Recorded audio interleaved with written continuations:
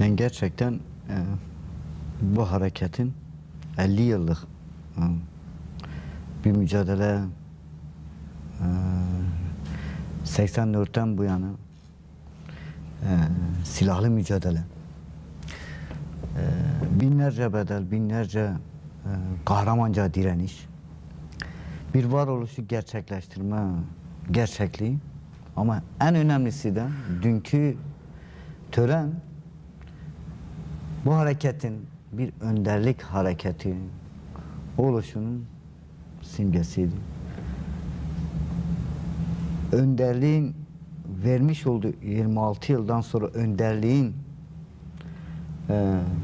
arkadaş da belirtti, Musa arkadaş da belirtti, önderliğin sesinin canlı olarak arkadaşlara yansıması, arkadaşların aldığı moralle tören alan girişi cidden insanlara bir heybet veriyordu.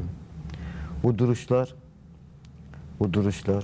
o yürüyüşler hüzünle beraber bir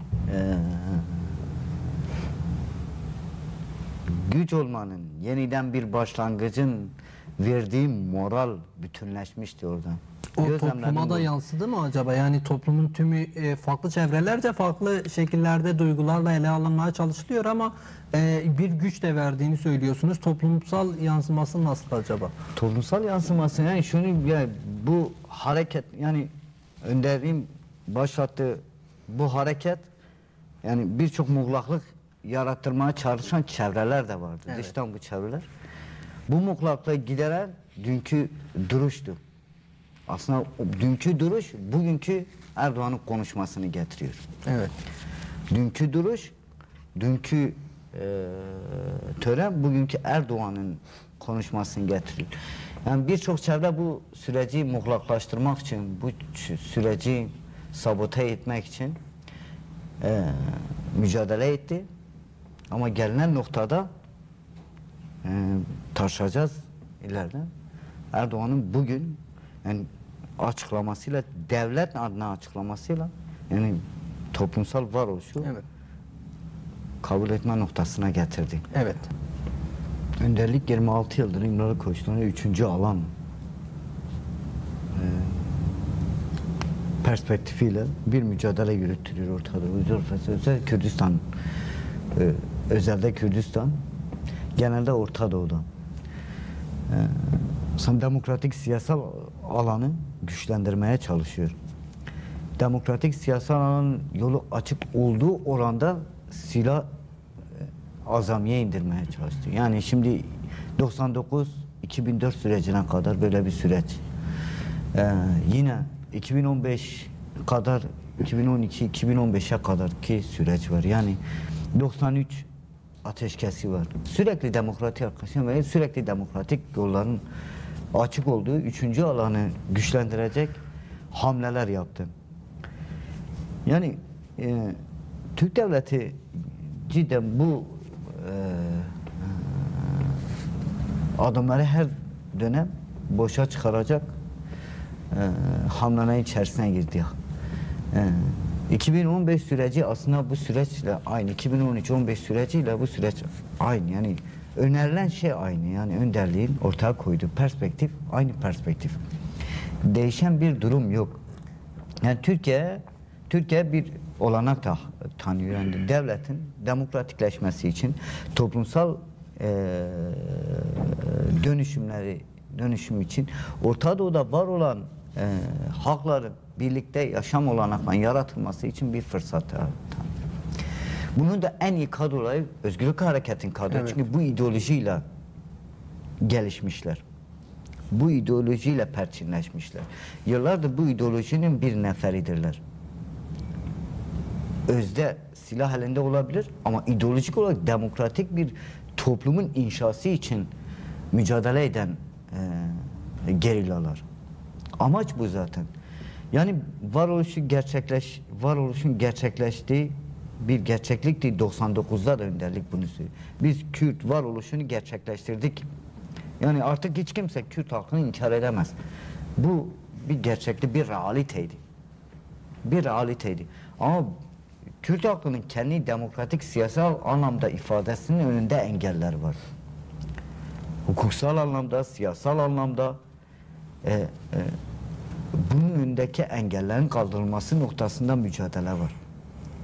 26 yıldır bunun mücadelesi yürütülüyor. Demokratik siyasal alandan bunun mücadelesi yürütülüyor. Buna karşı bir direnç var. Buna karşı gerçekten ciddi bir direnç var. Ya bugün söylenmiyor yani.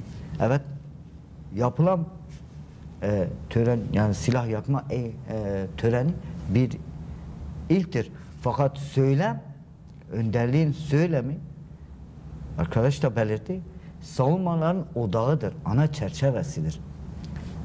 Konfederalizm, Orta Doğu konfederalizm bunun bir çerçevesidir. Yani hakları bu ızdıraptan, hakları bu cencereden çıkmanın alternatifini sunuyor. Alternatifi buna göre bir inşa yaratmaya çalışıyor. Evet. Halkların birlikte yaşayabileceği bir ortam yaratmaya çalışıyor. Bunun için mücadele diyor ya, benim özgürlüğüm, toplumun özgürlüğü benim özgürlüğümden önde gelir. Kendi özgürlüğümü mü tartışacağım diyor. Yani başlangıç adımı, yani Kürt halkının ilk talebi önderliğin özgürlüğüdür. Bunda artık şey yok yani, tartışma yapılacak bir durum yok.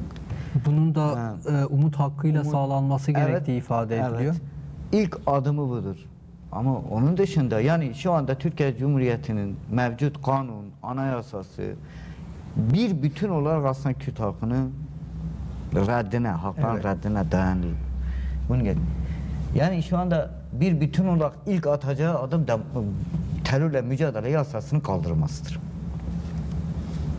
Çünkü var olan yasaları Kürt halkının gerçekten demokratik, siyasal anlamda kendini ifadesinin önünde en büyük engeldir.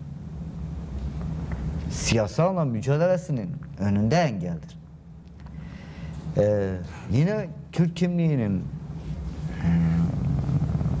kültürel haklarının, ana dili kapsamı, kültürel haklarının, yine yerel yönetimlerin önündeki engellerin kaldırılması birinci derecede atılacak adımları kapsıyor.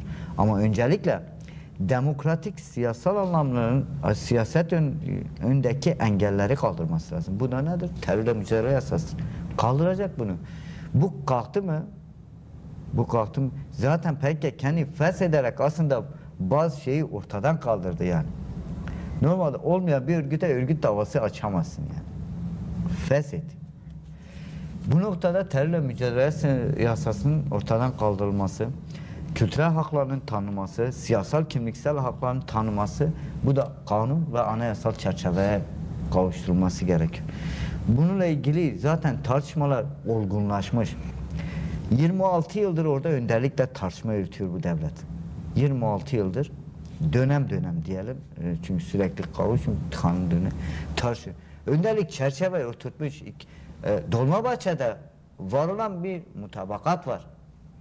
Var olan bir mutabakat var. Önderlikle devlet arasında varılmış bir mutabakat var.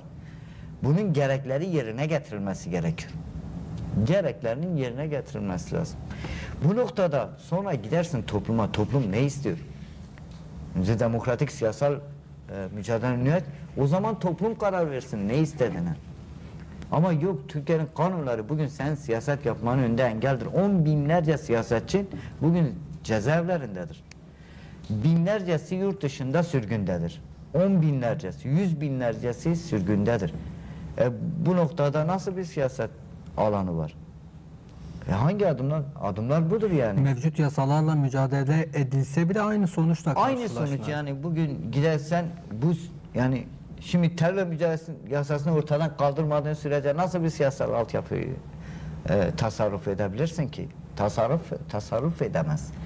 Bir anayasa reddine dair herkesin Türk olarak dayattığı bir anayasayla nasıl bir kültürel kimliksel hak istersin?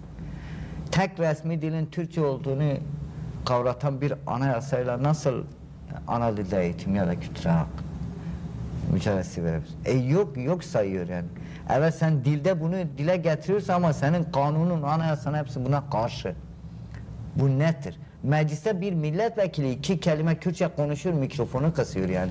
Sen nasıl bir halk gerçekliğinden bahsediyor? İşte 1071'de geldik, komşu olduk. İşte onların, Kürtlerin desteğiyle bu topraklara geçti. Bugün açıklama yapıyoruz. Ama aynı o birlikte birlikte omuz omuza savaştın o hakkı bugün sen bütün kanunlarında, anayasanda reddediyorsun yani.